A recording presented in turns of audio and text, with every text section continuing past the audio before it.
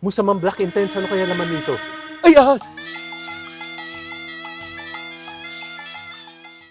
Ooh. What is up, mga kamas? This is your boy Armin and this is my co-host. O, deterrence. Welcome back again dito sa Amoy Kahas. Pirahas! So for today's episode, Boss Terence, i-review natin tong pabango na to, which is marami na akong nakikita na hina-hype tong pabango na to sa ibang bansa and they really claiming this perfume that this is like their original creation. Wala siyang kadupe, wala siyang kinoklone or anything, and pag-uusapan natin at malalaman natin yan kung talagang ano ba ang kaamoy niya or is it just original creation nila? Is it really worth the hype or hindi? So, tatanungin ko muna si Boss Terence. Boss Terence, bakit mo pinurchase to and what's makes you parang intrigue to buy this perfume? Okay, guys, blind buy siya. Para lang alam nyo, blind buy siya. Yes. Okay, what made me, what made me decide to buy the perfume? Mhm. Unang-una kasi, I think, kung hindi nyo pa alam, may trend kasi ngayon sa ME Mm. na they are hiring yung mga talagang tanyag and sikat na perfumers Mhm. to make perfume para magtimpla para sa kanila. Yes, yes. Okay? So for those who don't know, ang perfumer kasi nito is si Jordi Fernandez. Yeah. And I'm a self-confessed fan of Jordi Fernandez. I'm also a big fan. So one of the most popular releases ni Jordi. Fernandez is yung Blue Talisman. Yes, from the brand of Ex Nihilo. So, marami pa. Research yun na lang. So, naintriga talaga kami nung sinabi nila na, yun nga, siya yung gumawa nito.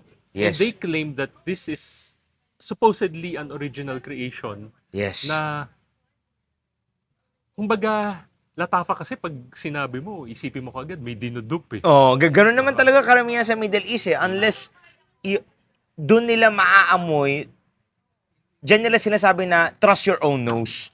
And lastly, naintriga ako eh. Kasi sabi nila, meron raw silang parang na-synthesize na molecule Mhm. or a note or that is exclusive to Latafa. And Oo they call nga it eh. the Cocoa Pulse. Cocoa Pulse. So, what is it? Malalaman natin ngayon. Oo. Actually, ang Cocoa Pulse, Boss Terence, makikita nyo naman sa Latafa website or sa ibang website, kahit anong website man yan, pag binigyan, pag nag-close deal ang isang brand company with any big companies out there, like Givaudan is the biggest company here in the whole world when it comes to the ingredient, raw materials, they will put you the word of TM, which is trademark. Okay? So, ang Latafa lang meron ang trademark nitong Cocoa Pulse. So, kung kukuha ng ibang brand or may mga ibang brand kayong nakita na they're trying to claiming na meron daw din silang Cocoa Pulse, I don't think so na meron silang ginagamit na Cocoa Pulse. Kasi this is only exclusive for Latafa. Okay? So, ang Cocoa Pulse, based on our smelling, it's more on para siyang infused with Akigala wood and parang buttery, chocolatey aspects yung meron siya dito. And pag-usapan natin ang amoy nito, itong Musamang Black Intense, ano ba ang amoy niya? Okay, ikaw muna, Boss Terence. How does it evolve to your skin? How do you experience about this Well, scent? upon first spray, first impressions is gourmand siya. Yeah. And for someone who's not really a gourmand lover, Mm. napangiti ako eh nung naamoy ko siya eh. Hindi siya overly sweet eh kasi kanina nga nabanggit ni Armin, Cocoa Pulse, parang amoy chocolate, Yeah. buttery chocolate. Yes, it will remind you of chocolate. It smells like a dessert, Yeah. but hindi siya nakakaumay eh. Mhm. Kasi upon opening, same tayo, may na-pick up tayo na parang fresh, Oo. citrus something eh. Ang sarap sa feeling yun, naamoy mo yung freshness na yun eh. So, for me, it dries down na medyo vanillic, chocolate, tonka bean, woody, Mhm. pero andun yung Parang bergamot ba yun? May very citrusy bergamot on top yung maaamoy nila eh. That it doesn't overwhelm you out because of the cocoa butter. That's cocoa pulse. But, so initially, parang it reminded me of Arabian Stonka. Pero for those who know, sobrang lakas ng Arabian Stonka eh. Umay ka talaga Pero doon. ito, parang very smooth, lighter take of Arabian Stonka. But, very prominent yung chocolate and woody aspects ng Yes. pabango. Now, as the scent evolves, parang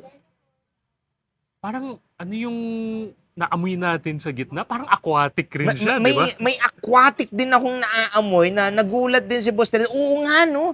May maamoy kayong parang refreshing aquatic and at the same time, may soapiness din siya. I think that soapiness, it's coming from the floral aspects nitong dito sa mga Black Intense. I don't know what floral aspect is that, but that's what we are getting dito sa pabango na to. And at the same time, Boss Terence, ito yung tipong parang chocolate na mauumay sila. Hindi. Definitely not. I mean, ang dami na nating naamoy na gourmand eh. Oo. Ang una kong naiisip is yung mga Bianco Latte type, yung mga ganun. Oo, mga Yung Black mga- Phantom. Yung mga pag sobrang tamis na minsan, pag sa initan, amoy rubbery na. Rubbery. Alam mo yung sinasabi ko? Oo, umay sa tamis. Yung Pero- parang hindi mo ma-appreciate yung tamis para mga stronger with you fans dyan. Pero guys, alam mo sa totoo lang nakaka-intimidate kasi yung bote. Unang-una, black eh. Matatakot ka eh. Ahas. Oo nga So eh. parang ang unang papasok sa isip mo, baka cold weather scent yan. Baka hindi siya masuot sa initan. Yes, sa initan, no? Pero kanina, we both agreed na parang pwede siyang suotin sa weather natin kahit ngayong summer eh. In fact, pinulwear ko siya yesterday, tirik ang araw, Yeah. and I observed the people around me. Parang wala naman ako nakuhang negative reaction na parang polarizing yung suot ko or hindi. Okay. Actually, sobrang swabe niya. Smooth lang, no? Oo. And ang weird ang hirap i-describe kasi normally when you say gourmand, sweet, parang you cannot associate it na parang may fresh aquatic aspect siya. Yeah. So, ang galing. Parang first time ako nakaamoy ng something like that. Na gourmand that has freshness. Mm-mm. That is tolerable during the high heat weather dito sa Pinas. And for me, Boss Terence, I think this is the most delicious gourmand na naamoy ko as of now, year 2026 na. Although 2025 to nag-release, we were late kasi ngayon lang dumating sa Pilipinas. Okay? Ito yung gourmand scent na everyone will enjoy it. Everything is balances out. Maski may chocolate siya, yung cocoa butterness niya, parang may maaamoy din sila na may pagka parang maple syrupish, no? Yes, That yes. giving that parang woody backbone sa likod ng composition na to.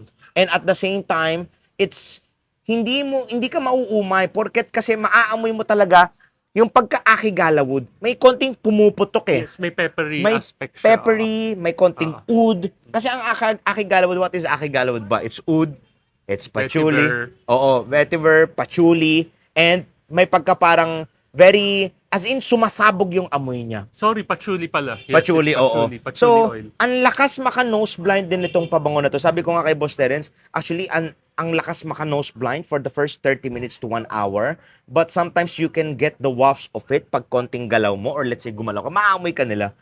This is a scent that I would personally rock it sa mainit na weather. Alam mo naman, Boss Terence, I don't like gourmand. Wearing gourmand sa mainit na panahon, tirik na araw. Pero ito yung pabango na sa tingin ko, I will enjoy wearing this one maski sobrang tirik na araw or kahit pumunta ka sa beach, no? You wanna smell fresh at the same time sweet. Ito na yon sa tingin ko na mare-recommend ko sa inyong lahat. Going back to my wearing experience, no? Oo. Kaya ayoko rin ng gourmand minsan. Parang kasi based on my experience, gourmands, I would rather smell it on other people. Oo. Maganda siya yung parang isang amoy. Ma-enjoy mo Sarap. eh. Oo nga eh. Yun lang. Pero parang pag ikaw yung sumusuot at minuminuto na aamoy mo, medyo nakakahilo eh. For me Yeah.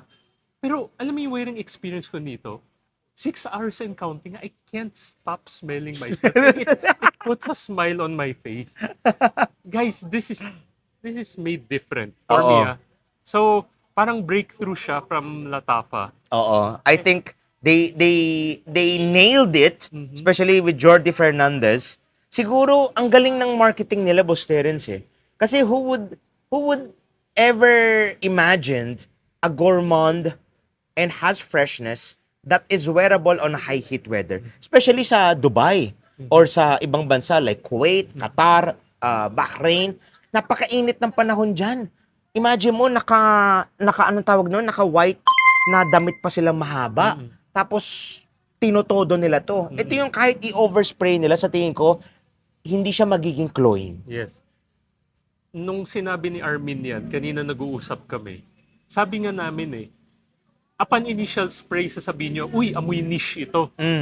But, sinabi ko kay Armin, yes, amoy niche, pero I would say parang designer territory pa rin siya When I say designer is, I would say 9 out of 10 magugustuhan to. Majority magugustuhan siya. Yeah. Parang may mass appeal siya That's correct. Oo. And kahit sabihin natin, parang yung description namin, parang it sounds complicated But it doesn't smell complex Sabi ko nga kay Armin para siyang Amouage Outlands. May pagka-Amouage Outlands. Pero tanggalin mo yung mga multiple notes, simplify lang, tapos parang in-iron out mo yung mga rough edges. Yes. Wearable. Wearable naman, Oo. yeah. For me, it reminds me of that perfume, Outlands ng Amouage. And also, it reminds me of parang tipong planchadong Royal Tobacco in a fresher way. But, porket sinabi namin Royal Tobacco ng Amouage Outlands, no, hindi siya totally parang ganong amoy. May sarili siyang parang direction papunta tong pabango na to. And also, for me, this is a perfume that it will remind you of those scents, but hindi siya overall na ganon siyang klaseng pabango. Yes. May sarili siyang parang character. Correct. And ano na i-imagine mo, Boss Dennis, pagsuot mo to? Does it remind you of parang ahas ba talaga? Anong sa tingin mong pumapasok Well, na sa isip mo? alam mo, straightforward ang sarap ng amoy. So, kayo na lang mag-isip. Alam mo, medyo preno na kasi ako magsalita kasi Papakain baka ba sila dyan? baka ma-restrict. Pero guys, imagine nyo na lang. As in, sabi nga nila, gourmands will make you smell edible, di ba? Yes, they will try to eat you up. So sabi ko nga kay Armin kanina, Armin, try kaya natin to spray sa mga,